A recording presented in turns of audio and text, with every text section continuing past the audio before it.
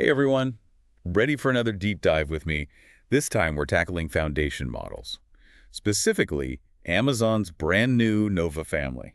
These new models from Amazon are really interesting. They're focused on frontier intelligence, but also accessibility and practicality too. We're seeing models handling video, images, A&D text, all while being really fast and cost effective. Yeah, and check this out. One of the models, Nova Micro, it's super small and cost effective, but it's beating out much larger public models in some tests. Crazy, right? Definitely impressive.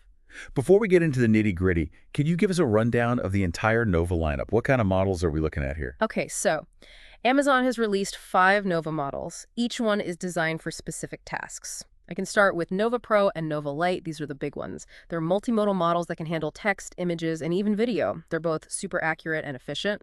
Nova Pro is the top performer, obviously, and Nova Lite offers a more budget-friendly option, but without giving up too much power. So Nova Pro is like the fancy sports car. Nova Lite is more like a trusty SUV. That's a great way to think about it. Awesome.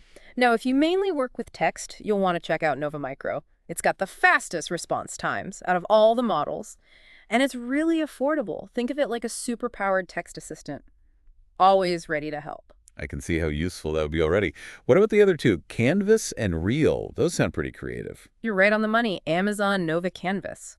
All about image generation. It lets you make high-res images, customize them, even edit them. You just use natural language prompts. Imagine describing the image in your head, and Canvas just, brings it to life. That's so cool. What about Reel? Does that one have to do with videos? I mean, the name kind of gives it away. You got it. Nova Reel is all about next-level video generation. You use text prompts, reference images, you can even control the camera movements. It's amazing for marketing, entertainment, even education. Imagine turning your visual ideas into actual reality. Wow. Okay, so we've got the high-performance models, the text whiz, the artist, and the filmmaker. What really stands out to you about these models? Well, I'm impressed with how Amazon has adapted the transformer architecture, that powerful framework for processing data. Well, they've adapted it to handle all these diverse tasks.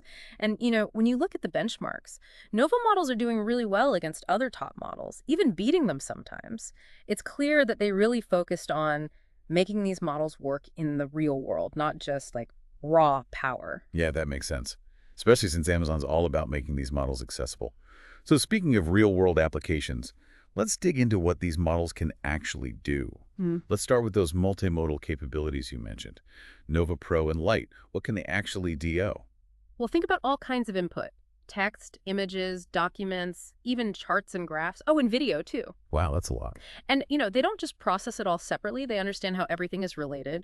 For example, you could give Nova Pro a video of a basketball game, then ask it to, summarize the key plays or even generate captions, live, describing the action. That's insane. It's not just recognizing what's in the video. It's like understanding the whole game, right? Yeah. The context and everything. Exactly. And when you look at how Nova Pro and Lite do in tests for video captioning, answering questions about what's happening, they're doing amazingly well, even compared to models specifically built for those tasks. So earlier you said Nova Micro is text only, but I remember reading something about it, that it surprised everyone with how it performed in certain tests. Oh, absolutely. While Micro is mainly for text, it's incredibly smart. It's achieving state-of-the-art results on tons of text-based tests. Understanding language, complex reasoning, math problems, even multi-step reasoning, it's crushing it. In some areas, like math and reasoning, it's even beating out those much bigger models, especially tasks that need logic. Wow. So even though it doesn't deal with images or videos, it can still solve super complex problems, like really think things through. That's it. And since Micro is designed for speed and efficiency, it gets those insights out super fast. Imagine using it to summarize a huge document or translate languages. You could even use it to generate code. It would be crazy fast and accurate. Now I'm starting to get why Amazon's emphasizing price performance with these models. Okay, let's switch gears to the creative stuff. Image generation with Nova Canvas. You mentioned high resolutions and editing features. How much control does Canvas actually give you? Nova Canvas generates images at different resolutions, from 512 pixels up to a crazy 2K horizontal resolution, and you can use any aspect ratio you need. You can even use reference images, to guide the style or the colors. It's like a super high-tech art studio right at your fingertips. That sounds incredibly versatile. What about video generation with Nova Reel? We talked about text prompts and motion control a bit earlier. What makes Reel really stand out? Well, besides creating awesome 6-second videos from text prompts, Reel can also animate still images. You give it an image and a prompt, and Reel makes a video, incorporates that image, adds realistic motion too. There are over 20 camera motions you can pick from, so you've got a lot of control over how you tell your story visually. This is all so impressive. But you know what they say? With great power comes great responsibility. How's Amazon handling the whole responsible AI thing with these models? It's a big topic these days. You're right. Responsible AI is super important for Amazon, especially with the Nova models. They've based their whole approach on 8 core dimensions: fairness, explainability, privacy and security, safety, controllability, veracity and robustness, governance, and transparency. Wow, that's a long list. Yeah. Can you give us some real-world examples of how those principles are being used? Sure. Let's take safety, for example.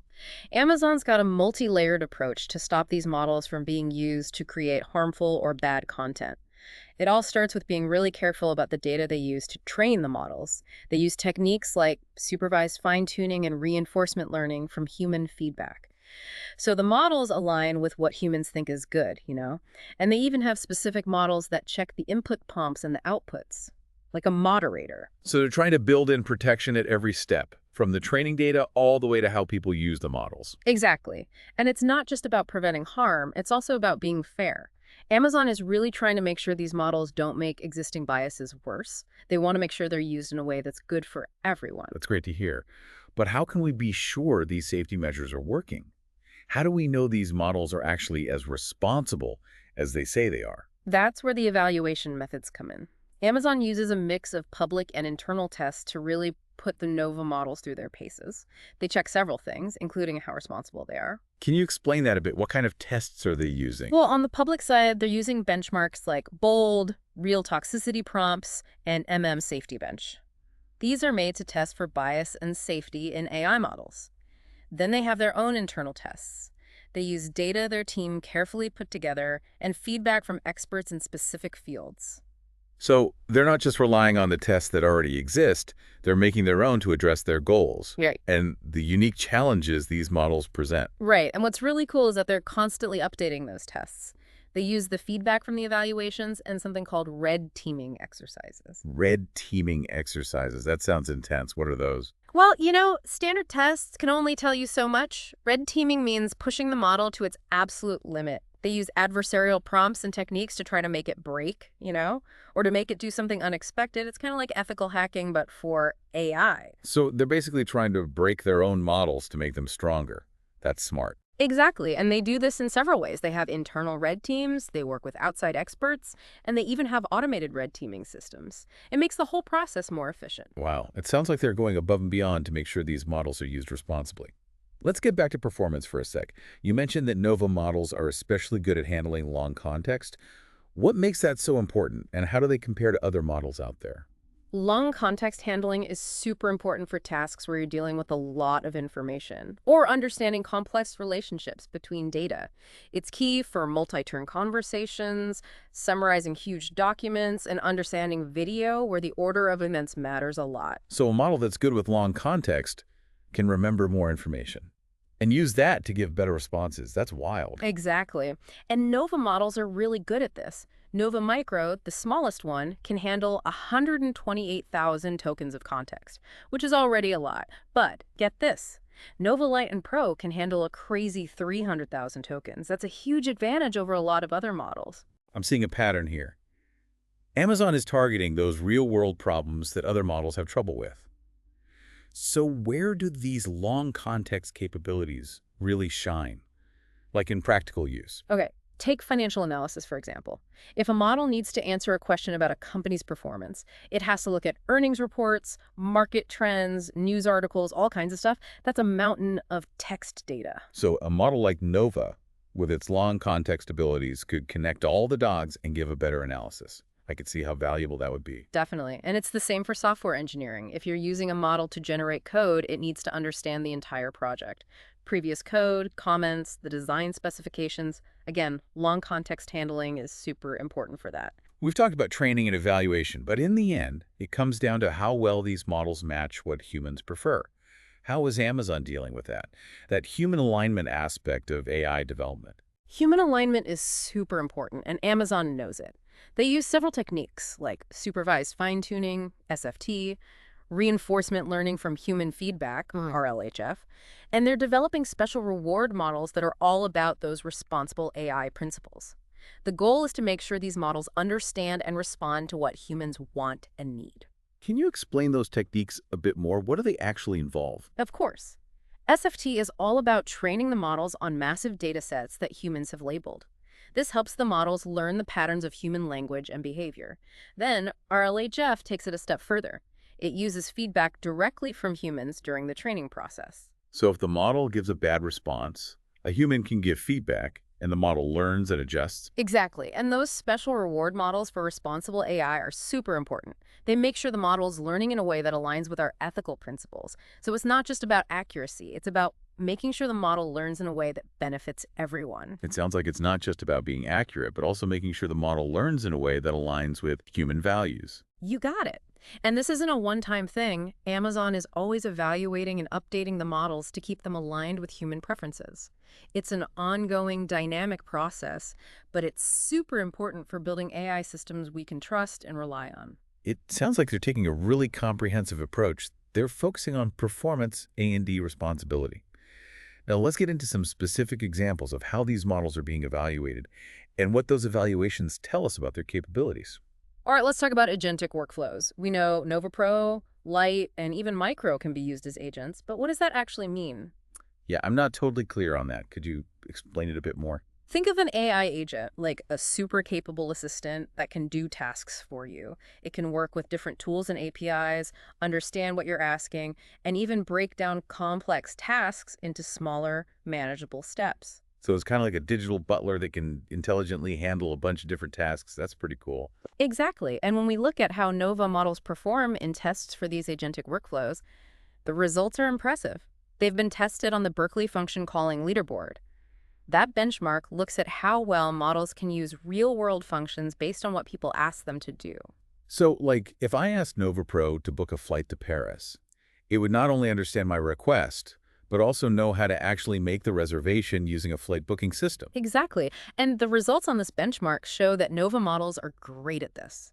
They're really good at understanding complex requests, figuring out which functions they need to use, and then executing them perfectly. That's incredible. Mm. But how do they handle tasks that go beyond just processing text? How are Nova Pro and Lite being evaluated for their multimodal agentic capabilities? Good question. They've used benchmarks like Visual WebBench, MM-Mind2Web, and Ground UI 1K, which involve things like navigating websites, understanding images, and even interacting with elements on a web page. So these tests are like real-world situations, where an AI agent needs to understand both text and visual information to do the job. Exactly. For example, the MM-Mind2Web benchmark might show the model a screenshot of a website and tell it to book a hotel room for 2 nights in New York City.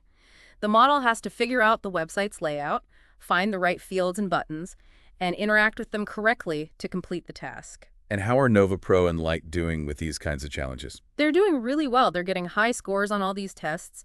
It shows that they can understand visual information, connect it with text instructions, and then take action. It's pretty amazing. So they're not just good at processing text or images on their own, they can actually combine those skills to navigate and interact with complex digital environments. You got it. And when you think about how this technology could be used, it's mind-blowing. Imagine AI agents helping us with everything from shopping and travel planning to managing our finances and even conducting research. It really feels like we're on the verge of a whole new era of AI-powered assistance. But let's not forget about the creative side of things. How is Amazon evaluating how well Nova Canvas performs with image generation? When you're evaluating image generation, things get a little tricky. You can use automated metrics like TIFA and image reward, which look at things like image quality, how well it matches the prompt, and overall aesthetic appeal. But, human judgment is still the gold standard. So how are they getting human feedback into the evaluation process for Nova Canvas? They're doing lots of A/B testing, where humans compare images made by Nova Canvas and other top image generation models, like DLE and Imagen 3. They ask the evaluators to pick the image they like better based on things like how well it matches the text prompt and how good the image looks overall. So they're basically asking people which image is better, and then using that to see how Nova Canvas stacks up against the competition. Exactly. And the results are looking good. Nova Canvas is consistently getting high marks for making images that accurately reflect the prompt, look good, and show creativity. We've talked a lot about image generation, but what about video generation with Nova Reel? How do you even start evaluating something as complex as generating videos? You're right, it's a whole different ballgame.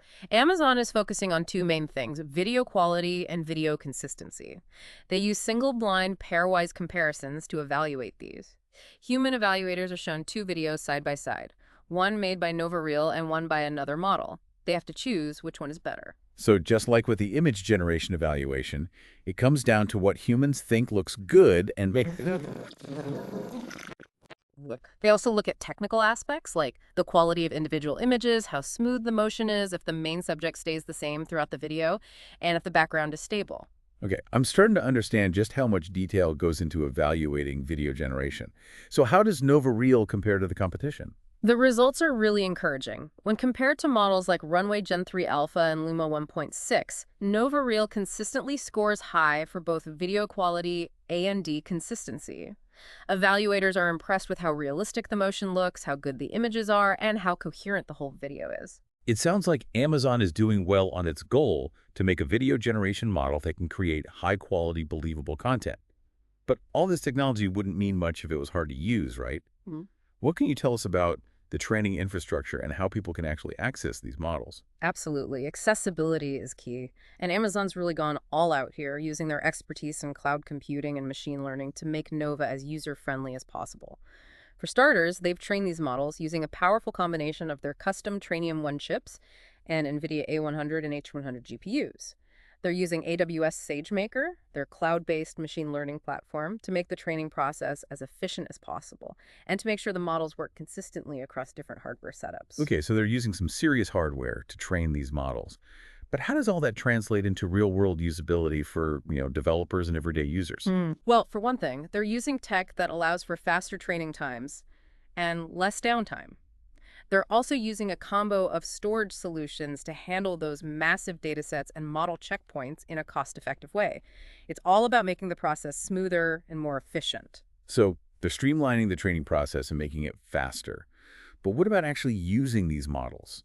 How easy is it for someone who's not a computer science whiz to actually deploy and use them? That's where Amazon Bedrock comes in. Bedrock is a fully managed service that makes it super easy to build and scale applications that use these powerful foundation models, including the whole Nova family. So Bedrock is like a platform that simplifies the process of putting these models to work in real-world apps. You got it. It takes care of all the complicated behind-the-scenes infrastructure management so you can just focus on what you want to build and bring your AI-powered ideas to life. So whether you're an experienced developer or just starting out, Bedrock gives you the tools and support you need to use the power of Nova models. Precisely.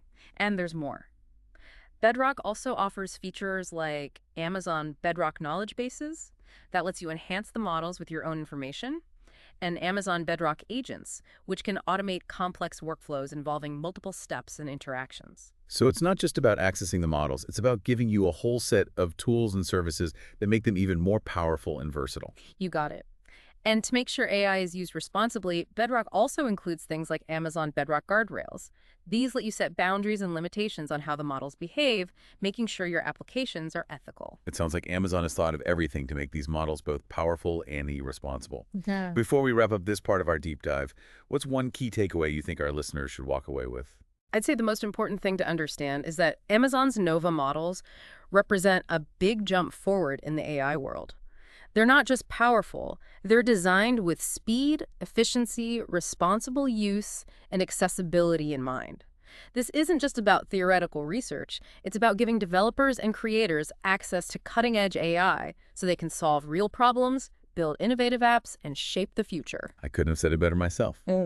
Join us for part 2 of our deep dive, where we'll continue exploring Amazon's groundbreaking Nova models and delve even deeper into their real-world applications and potential impact. Welcome back to our deep dive on Amazon's Nova models. It's crazy to think about how much we've already talked about with these models, Yeah. but I feel like we're just scratching the surface. Yeah, you're right. There's still so much more to uncover. I think a good place to start is by looking at responsible AI again. But this time, let's focus on the specific things Amazon's put in place to prevent misuse and to make sure these models are used ethically. Okay, that's definitely a big deal. We should explore that more. What are some of the key things they've done? One of the most basic things is how they pick the data used to train the Nova models. Amazon's been really careful to make sure that data is diverse, representative, and doesn't have any bad biases in it. So it's not just about feeding the model a ton of data, it's about being picky about what it learns from. Exactly. And it's not just a one-time thing either. They're always checking and tweaking the training data to make sure it reflects their idea of what responsible AI really means. That makes sense. But even with the best data, couldn't someone still try to trick the model, make it create bad or harmful content? How are they dealing with that? That's where things like supervised fine-tuning and reinforcement learning from human feedback come in. Supervised fine-tuning means training the models on examples of harmful or inappropriate content, so they learn to recognize those patterns and avoid them. So it's kind of like showing the model what not to do, right? Giving it a lesson in ethics. Right. And reinforcement learning from human feedback takes that even further. They bring humans into the training process, like live. So if a model says something questionable, a human can flag it. And the model learns from that and changes how it acts. It sounds like they're building a system where the models are constantly learning and getting better at making good decisions. And humans are a big part of that. Yeah, that's a great way to put it. And it's not just about avoiding bad stuff, it's also about making sure the models give helpful, informative, and unbiased answers. Okay, so they've built in these safeguards at different levels. But isn't there still a chance someone could try to use these models for bad purposes? What's to stop someone from using Nova to create fake news or spread propaganda or even do worse things? That's a really good point, and Amazon's thought about that too. They're using input and output moderation models. Input and output moderation models. What are those? I'm curious. Think of them like guards. The input moderation model checks the prompts and requests people give to the Nova models. If it sees something that might be harmful, offensive, or could trigger a bad response, it blocks the request right there. That stops the model from generating any output at all. So it's like a first line of defense. Yeah. To stop people from even trying to use Nova for bad stuff. Exactly. And on the other side, there's the output moderation model. This one kicks in after the Nova model gives a response. It checks the output really carefully, looking for anything that's harmful or unethical. If it finds something bad, it can block the response completely or flag it for a human to look at. That's cool. So they've got safeguards in place before A&D after the model gives a response. It's like a safety net to catch any problems. Right. And it's not just about filtering out the bad stuff. They're also making sure these models are used according to Amazon's responsible AI principles. So these moderation models are trained to spot things like bias, discrimination, and unfairness, too. It sounds like they're working really hard to make sure these models can be used safely and ethically, even if someone tries to use them for the wrong reasons. But doesn't all this moderation get in the way of creativity? If you're always filtering and restricting the models, won't that limit their ability to come up with new and innovative stuff? That's a great question, and it's something AI developers are trying to figure out. It's a tough balance between giving models freedom to be creative and making sure they're used responsibly. But here's the thing. I don't think responsible AI has to kill creativity. In fact, I think it can make it stronger. No, that's interesting. How so? Think about it. When you have rules and boundaries, it forces you to be more creative within those limits. You have to find new solutions and think in different ways. So it's like that saying, necessity is the mother of invention. Having some limitations can actually spark new creative ideas. Exactly. And in the world of AI, those limitations can also help make sure what's being created is not just creative, but also ethical, responsible, and good for everyone. Okay, I can see how responsible AI can be a good thing, even for creative stuff. But let's talk about how all these safeguards actually work in the real world. You mentioned earlier that Amazon uses public and internal benchmarks to see how well Nova models are doing, including their responsibility. Can you tell us more about those benchmarks and what they're finding? Absolutely. They use a bunch of different benchmarks to test different parts of responsible AI. For example, they use BOLD, which stands for Bias in Open-Ended Language Generation Dataset. That one checks for any biases in the model's responses. So Boldy specifically looks for bias related to things like gender, race, religion, and other sensitive stuff. You got it. They also use real toxicity prompts. This benchmark tests how well the models can resist prompts that are designed to make them say bad things. So they're basically trying to trick the models into saying something bad to see how well they can resist. That's pretty cool. Yeah, it is. And then there's Safety Bench, which focuses on the safety of multimodal models like Nova Pro and Lite. It tests how well they handle risky situations, like giving responses that could cause harm or spread false information. It sounds like they're trying to think of every possible ethical problem that could come up. They're definitely trying to be thorough. And it's not just about using these public benchmarks. They've also created their own internal benchmarks that are specific to Amazon's responsible AI principles and the unique things the Nova models can do. Okay, that makes sense. But how do you even go about making your own AI ethics benchmark? What does that involve? It's a really big job that takes a lot of careful planning. They've got a whole team of data scientists, ethicists, and experts to develop these benchmarks. They use all their knowledge and expertise in responsible AI. So it's not just about having the technical skills, right? It's about bringing in people with different perspectives and backgrounds to make sure those benchmarks are as complete and fair as possible. Exactly, and it doesn't stop there. They're always updating and refining these benchmarks based on new research, changing ethical standards, and feedback from their red teaming exercises. Speaking of red teaming, can you remind us what those exercises are all about and why they're so important for responsible AI? Red teaming is like ethical hacking for AI. You've got a team of experts who try to break the model. They try to make it do things that are bad, unethical, or not what it's supposed to do. They use all sorts of techniques, from tricky prompts to finding weaknesses in the code or the training data. So it's like they're trying to predict how someone might misuse the model, Yeah. and then they figure out how to stop that from happening. Exactly. It's this constant back and forth. The red team tries to break the model, and the development team tries to fix the problems and make the model stronger. It sounds intense, but I get it. If you want to build AI that you can really trust, you need to constantly test it, push it to its limits, and make sure it can withstand even the most creative attempts to misuse it. I agree completely. And all the information they get from these red teaming exercises is super valuable. It helps them find weak spots in the model's defenses, figure out where the training data might be missing something, and ultimately create a more trustworthy and responsible AI system. Okay, we've talked a lot about responsible AI. Before we move on, is there anything else our listeners should know about how Amazon is approaching ethics and safety with these Nova models? The main takeaway is that responsible AI isn't just an afterthought for Amazon. It's built into the whole development process. From choosing the training data to the constant evaluation and red teaming, they're really dedicated to creating AI that's not just powerful, but also good for society and reflects human values. I love that. Now let's talk about some of the more technical stuff. We touched on those multimodal capabilities, but I want to hear more about how they handle long context information. Why is that so important for AI, and how do the Nova models compare to others? Long context handling means a model's ability to process and understand large amounts of information. It's about remembering important details and connections, even when the input is long and complex. So it's like having a really good memory, being able to keep track of all the important stuff, even in a long conversation or a complicated story. That's a great way to put it.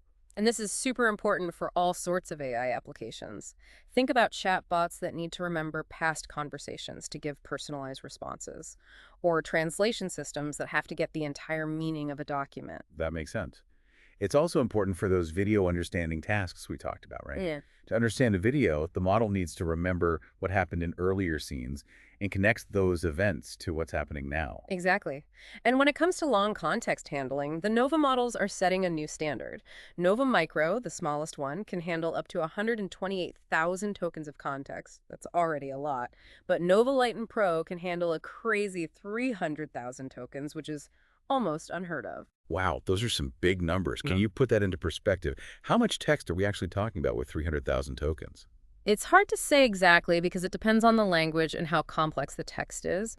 But 300,000 tokens could be a whole novel, a long legal document, or even a bunch of research papers. Okay, now I'm starting to see how important this is.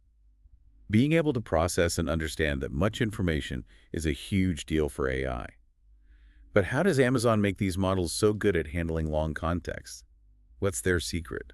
It's a few things working together. First, the transformer architecture, which we mentioned earlier, is really good at handling data that comes in a sequence. It uses something called attention that lets the model focus on different parts of the input, even if they're far apart, and figure out how they're connected. It's not just reading the text from start to finish, right? Hmm. It can jump around and make connections between different parts of the input, even if they're separated by tons of words. Right. And Amazon has made some key improvements to the transformer architecture. They've optimized the attention mechanism and developed new ways to efficiently process and store long sequences of data. So they're not just using the standard transformer, they're making it even better and more efficient. Exactly. And it's really paying off. When you look at how the Nova models perform on tests that are specifically designed to measure long context handling, they consistently beat out other leading models. Can you give us some examples of those tests and what they tell us about what Nova can do? Sure. One test they use is called text needle in a haystack. The idea is to hide a piece of information, the needle, within a huge amount of text, the haystack. The model has to find the needle, which means it has to read and understand the whole haystack and remember important details across huge chunks of text. So it's kind of like a test of reading comprehension and long-term memory for AI. That sounds tough. It is. And Nova models are great at it. It shows how well they can find information even when it's buried deep within a ton of text. They've also tested Nova on something called squality. This benchmark is all about summarizing stories based on specific questions. This means taking a long text and creating a short, accurate summary, which requires a deep understanding of the information. So it's not just about finding facts, it's about understanding the whole story and picking out the most important parts. Exactly. And once again, Nova models do really well. They show that they can get the main point of a story and summarize it in a way that makes sense. Those benchmarks are all about how well models handle long context in text. But I bet they've also tested Nova's abilities with multimodal content, right? After all, these models are designed to handle more than just text. You're absolutely right. They've used a benchmark called LV-Bench, which stands for Long Video Benchmark, to see how well Nova does with long videos. This benchmark uses questions about YouTube videos on different topics. The model has to understand both the video and the audio and connect events and details over long periods of time. So it's like those video understanding tasks we talked about before, but even more challenging. The models have to process and remember information from videos that are minutes or even hours long. You got it. And the results are really impressive. Nova models, especially Pro and Lite, consistently do better than other models on LV-Bench.